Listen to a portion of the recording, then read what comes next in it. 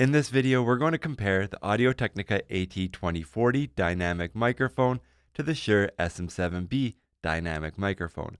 Both of these microphones are designed for podcast, broadcast, streaming, and vocal recording, and that's exactly how we're going to test them in this video. Now, for the purposes of this video today, both of these microphones are connected to an identical microphone boom arm, the Rode PSA 1 Plus. Both of these microphones are connected using an XLR cable to the Rodecaster Duo. On the Rodecaster Duo itself, the AT2040 has 49 dB of gain, and there is no processing turned on whatsoever. What you're listening to from this microphone is the raw feed from this microphone.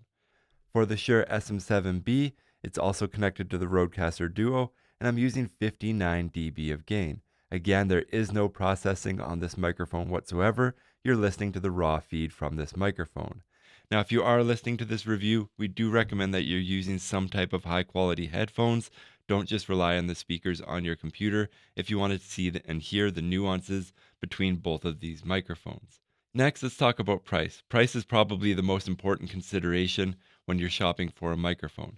The AT2040 is about a third of the price of the Shure SM7B right now, where I live, but we do have links down in the description below where you can find current up-to-date pricing for everything that you see in this video from a variety of online retailers. So whether there's holiday specials or if there's a deal in your specific country, you'll be able to find the best price possible for you using our links down below.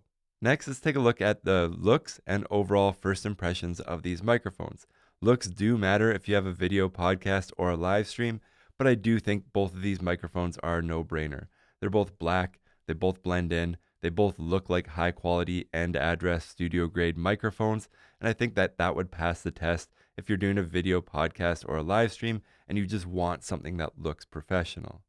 Next, in terms of build quality, let's start with the Audio-Technica AT2040. The microphone itself does have an all metal build, but around it, the mounting mechanism is all plastic. It has this plastic ring that goes around the microphone, and it goes to a tension screw, and then it goes to a microphone mount that's all plastic. It does come with a thread adapter, and you do need a thread adapter for this microphone if you want to connect it to a 3/8 microphone boom arm like I'm doing right now, but its natural state is that 5/8 microphone stand size that is very common with microphones. Next, when we take a look at the Shure SM7B, again, it is all metal here. Underneath the foam windscreen, there's a metal cage protecting the diaphragm of the microphone. This does a couple things. It gives you more space to the subject from the capsule, and it protects the capsule as well.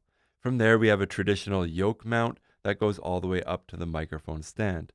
Up near the microphone stand connector is the XLR port. It's discreetly run along the same path as the connections. I think this is awesome. I think this looks way better on camera to have the XLR connector right up near your microphone boom arm.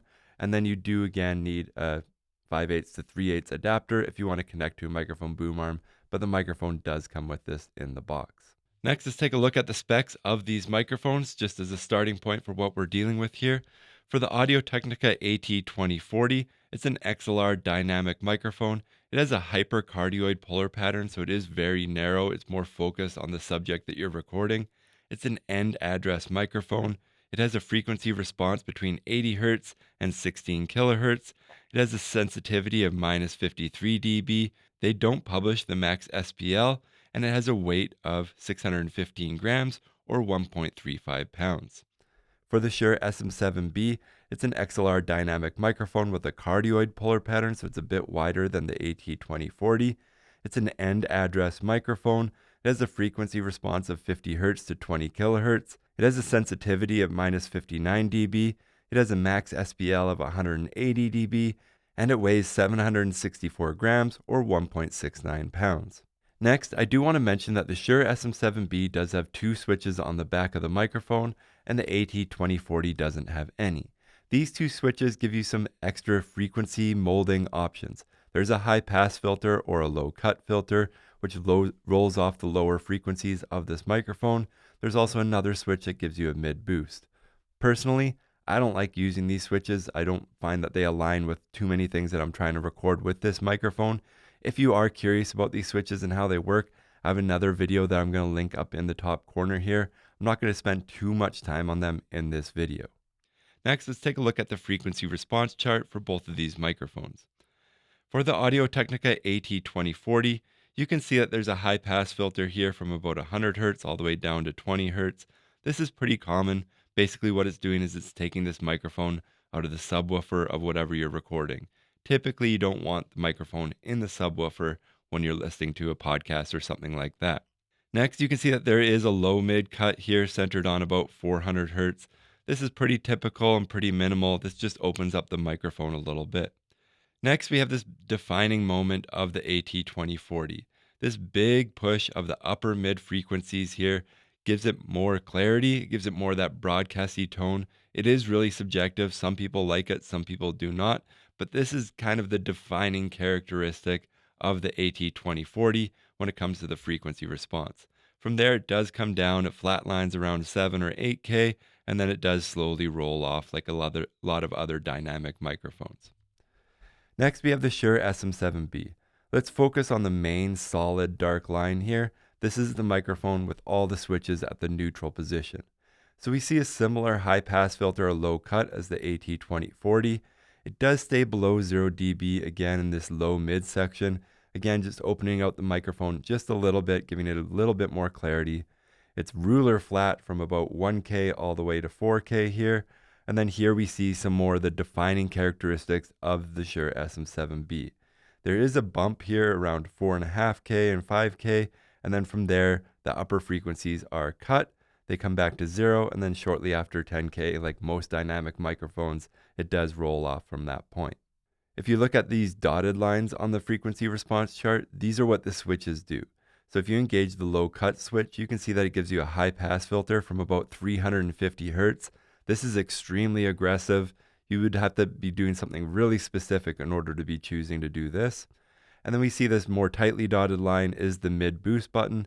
If you're really striving for mid clarity with this microphone, you might want to try engaging the mid boost button. But like I said, we already have another video showing and demoing these, so I'm not going to get into it in this video. Next, let's demo the worst case scenario as far as plosives are concerned.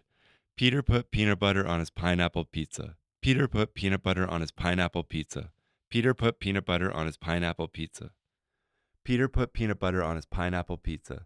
Peter put peanut butter on his pineapple pizza. Peter put peanut butter on his pineapple pizza. This is what the Audio-Technica AT2040 sounds like if you have a keyboard and mouse going in the background. This is what the Shure SM7B sounds like if you have a keyboard and mouse going in the background. This is what the AT2040 sounds like if you have paper or rustling or anything during a podcast or live stream. This is what the Shure SM7B sounds like if you have paper or rustling or anything like that in the background of your podcast or live stream.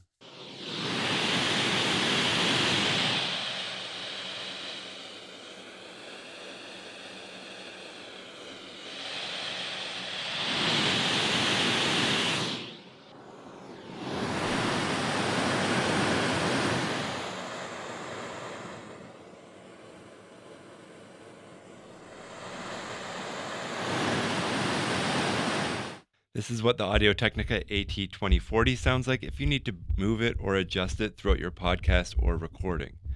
This is what the Shure SM7B sounds like if you need to move it or adjust it throughout your podcast or recording. This is what the AT2040 sounds like if you tap the microphone or the boom arm. This is what the Shure SM7B sounds like if you need to tap the microphone or the boom arm. This is what the Audio-Technica AT2040 sounds like if you have processing turned on the Rodecaster Duo. This will give it some EQ, some compression, some de-esser, and some other goodies here to help you find out what this microphone can sound like if you add audio processing. This is what the Shure SM7B sounds like with the same default audio processing setting turned on for a dynamic microphone. This is not the specific Shure SM7B optimized setting on the Rodecaster Duo. This is the default dynamic microphone one with some EQ, compression, de-esser, and other goodies so you can hear what this sounds like with some audio processing. Now with the audio processing turned off again for both microphones, you're just listening to the raw feed from the microphone. We're going to do a blind test for you. No, it's not the computers. The computers were fine, and the answer to the ultimate question of life, the universe, and everything is indeed 42. The problem is that nobody knew what the question was. No, it's not the computers. The computers were fine, and the answer to the ultimate question of life, the universe, and everything is indeed 42.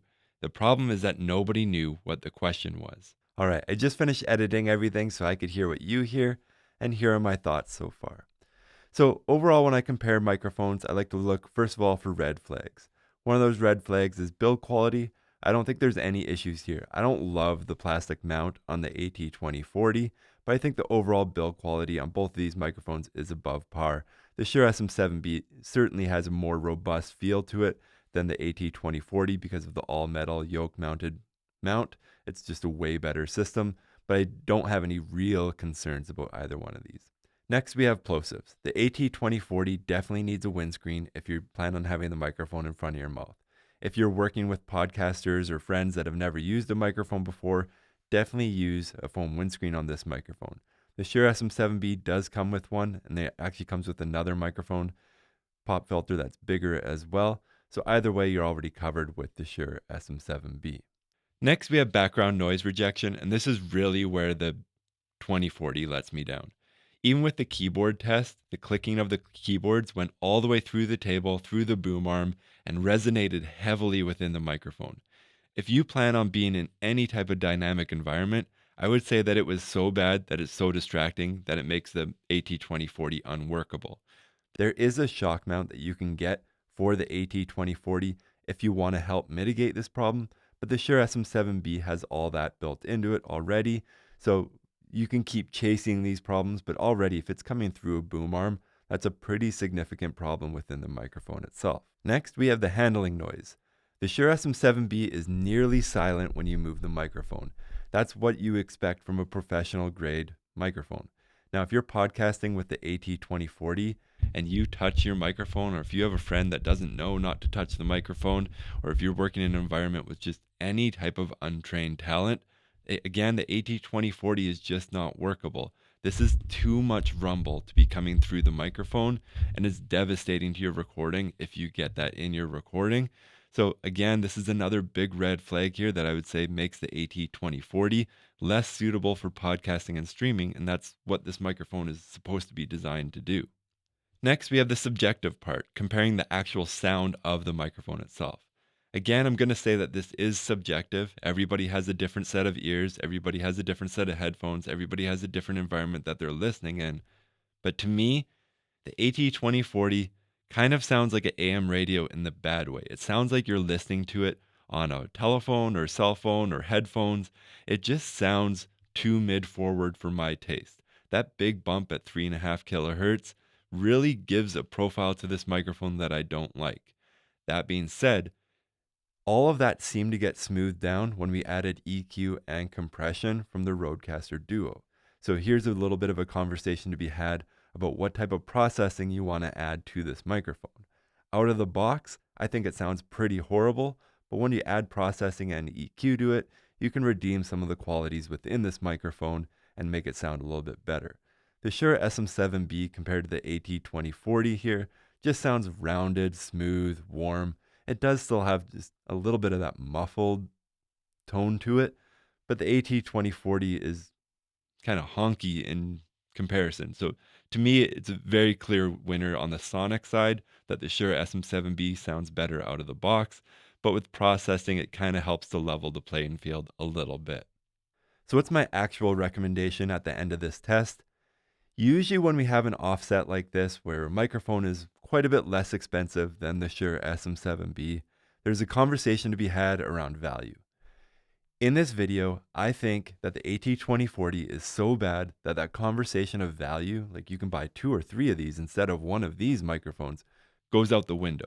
Because if you can't touch your microphone, or if you can't tap the table without that tap going all the way through and ruining your recording, to me, that just makes the microphone unworkable. The whole point about adding processing to the AT2040 to try and redeem some of the sonic differences or subjectivity of the microphone goes out the window when taps and handling noise are so bad. Compared to the Shure SM7B, you can hear it that you're handling the microphone and you can give it a good shake, but it's not so overbearing and distracting, and it doesn't actually ruin your recording. So for me, and my opinion in this video, is that it is a no-brainer. The Shure SM7B is the clear winner in this comparison, and there's not even a conversation to be had about should you buy two of these instead of one of these, because the AT2040 in comparison is so bad when you practically use the microphone in a real world environment. I hope this video has been helpful. If you have any questions or comments about either one of these microphones, or if you want to see more comparisons with either one of these microphones, please leave a comment down in the comment section below. Again, if you are looking for current up-to-date pricing, we do have links down in the description below. And if you want to see more videos like this in the future, please like and subscribe. Thank you for watching.